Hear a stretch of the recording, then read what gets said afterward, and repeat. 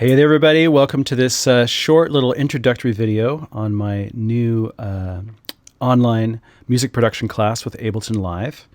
And I wanted to give you guys a super brief flyover introduction to Ableton in less than 15 minutes. This is sort of the introductory video, and let's get started. All right, so we're looking now at the session view in Ableton. And these are where we see our clips. These are what we call clips. And these are clip slots when they're empty. Different tracks, volume fader, different effects controls here. Name of the track is up on top, right? Transport controls, play and stop and things like that are up here.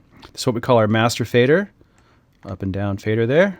And these are our effects return channels. And we'll talk about those in just a sec. So this is the session view. There's also a second view in Ableton that's called the arrangement view that's available to you if you hit this button right here. And that brings us over to this more horizontal area where we can arrange our song on the timeline. So this space is for being creative and sort of improvising. And then the arrangement view is for structuring your song on a horizontal axis. Okay. So let's talk about getting a remix together really quick here. I've got a basic tune going.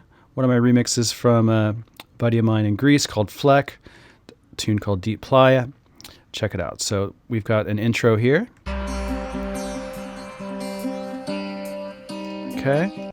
Now I can move the playhead to different parts in the song by moving it around here. So on my second clip here, I have it starting at bar 17. First clip is starting at bar 1, right? So I can bounce back and forth between those, starting on bar 1. Second clip, starting on bar 17, launching the clip here. Okay. Third clip is the big drop, gets kind of loud. Right, that's starting here. Fourth clip, kind of a midsection.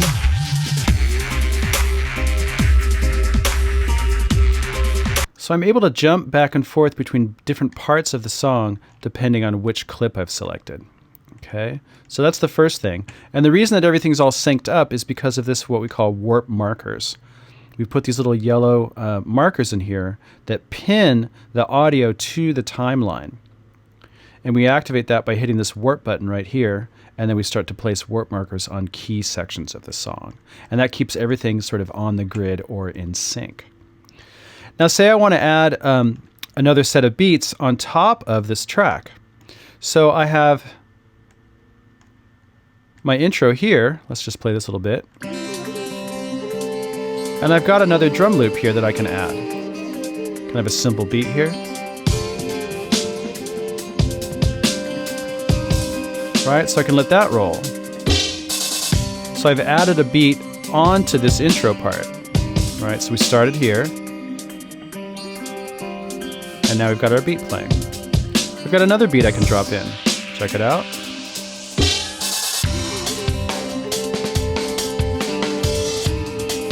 Okay. And then there's a third beat too I can add in here.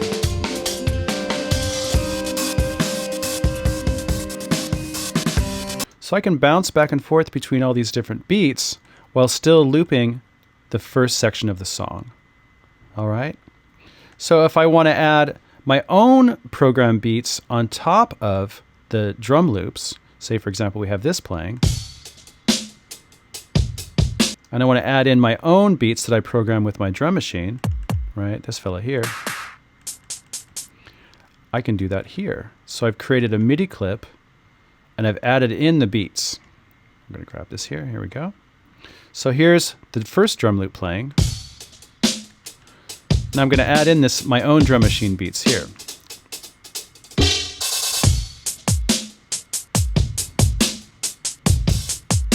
Let's solo that for a second. Now that's a really short loop, it's only 1 bar. So if I want to, I can duplicate that loop here. And now it's 2 bars long. So I'm going to add some snares here. Just double click that. So I just added those snare hits. And let's hear that with the rest of our beats. Nice.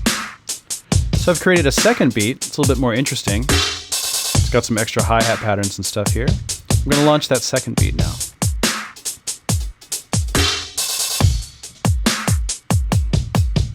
Okay. And then of course I can bring in my song again by launching the clip here.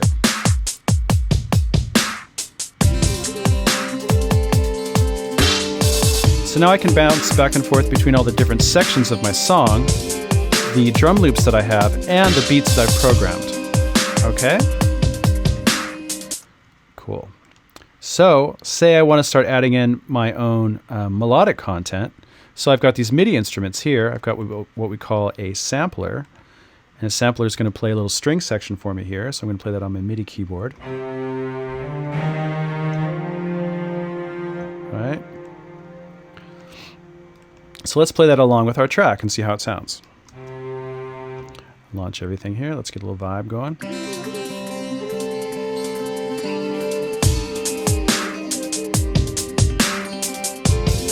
All right, I'm going to play a little bit of my strings.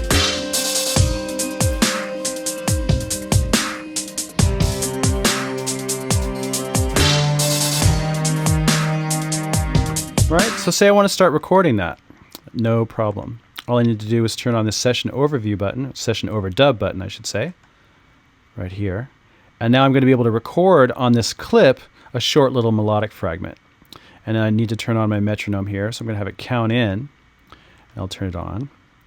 Okay, so when I launch the record button, it's going to count in 1 bar, and then it's going to start recording. So let's do that now. Here we go. 1, 2, 3, 4.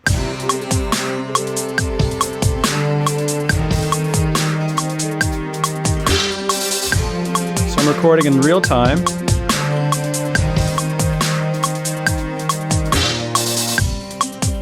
So I've made myself a little 8-bar loop. So I can see that the loop here is 8 bars long. Put in a basic melodic idea, and now that's just going to loop for me. Turn off the metronome and launch everything.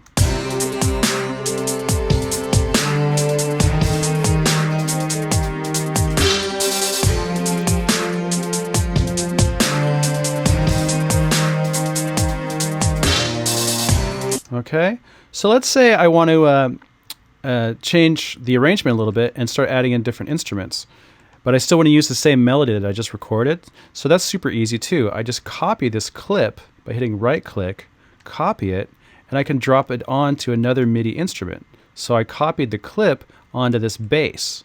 So the bass is sounding a bit like this. And this is what we call an analog synth inside Ableton. It's one of their devices. And so now I've copied this string part onto the bass. So it's going to sound a bit like this.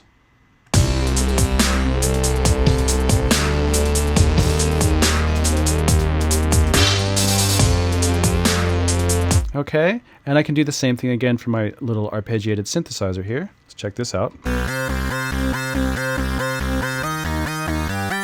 Etc. So then I can just copy that over, hitting right click, copy.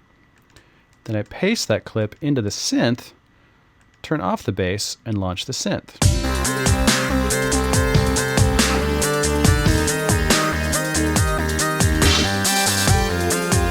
So by copying and pasting the clips onto different instruments, I'm able to create an arrangement really, really quickly. Because now I have what we call orchestration. I've got my string section, my bass, and my leads are all playing similar lines, and I can mix and match them. And of course, I can still mix and match the different parts of the song and all the different beats that I wrote as well. So let's work with that for a second. So we've got this bit.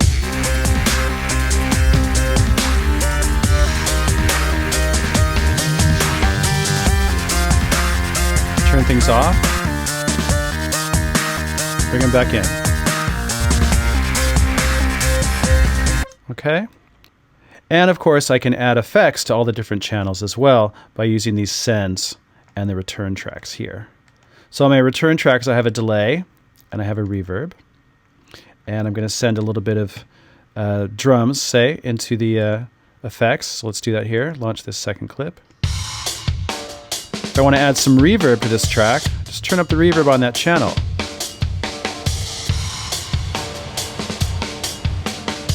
Maybe delay.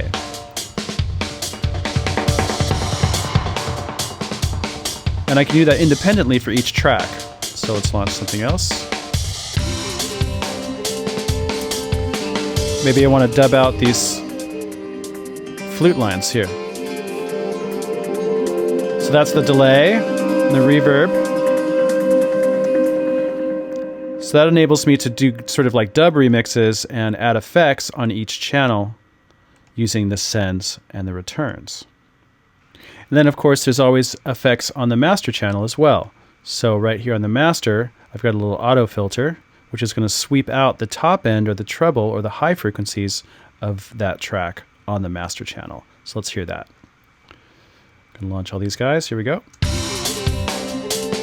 So this is the auto filter. So I'm sweeping everything out on the master channel, so it's affecting everything that's playing. So effects on the master channel affect everything that's playing through the whole song. So let's say I'm pretty happy with all the different variations that I've created here in my session view, and I want to start recording stuff into the arrangement. So that's super, super easy too, because Ableton set it up that if I press record here in this session record area, then everything that I touch in the session view will get recorded into the arrangement. So let me repeat that again. If I have it in record mode, every clip that I launch and every change that I make in my volumes all gets recorded inside the arrangement view. So let's check that out. So I'm going to set everything up, make sure we're ready, and I'm going to get my playhead back to 1, and I'm going to launch my session. So now everything's going to be recorded. All right, here we go. See, this now is being recorded in the arrangement view. Let's bring in a beat. It's going to wait. Here we go. Cool. All good. We've mixed up the beat a little bit. All right, I'm going to add my bass and my drop. Everything's being recorded. Okay. So how about my strings and my breakdown?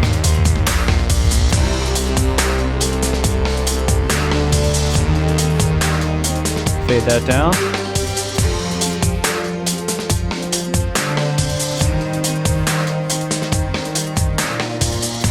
All right. So check it out. All of that got recorded in the arrangement view. Even the volume changes that I made, everything else got recorded. Now if I want to just launch the arrangement, I just hit this red button, which is the back to the arrangement button in Ableton. And now I can play everything from here. So now we're going to hear the intro. And jump ahead bar 9.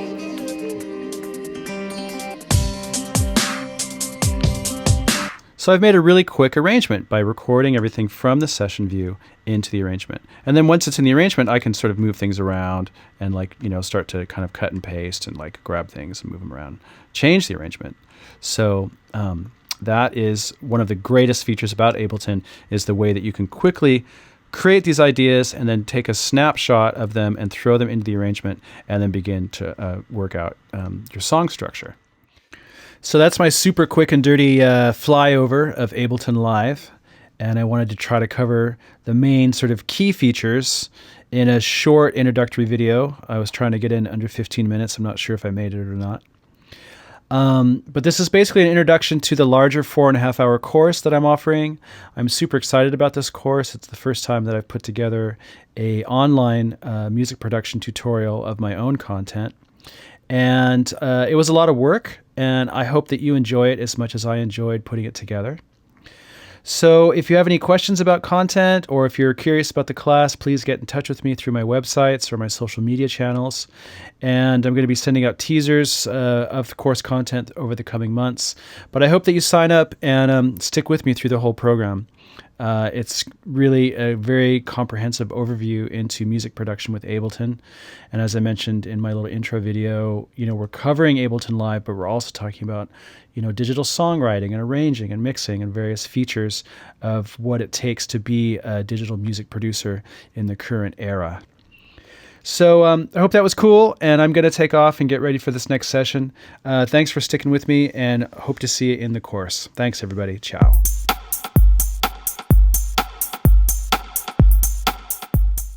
The Pyramind Mentorship Network connects you to experienced professionals for truly customized private training in music production, sound design, music business, and more. Use our scheduling tool to select the type of training you want, pick your mentor, find a day and time that works best for you, then book your session. Your appointment will be confirmed instantly. Study only what you want, progress at your own pace, pay as you go, and do it all from the comfort of your home or studio. Our global network of industry experts are here to help you. Visit pyramind.com/mentorship to get started.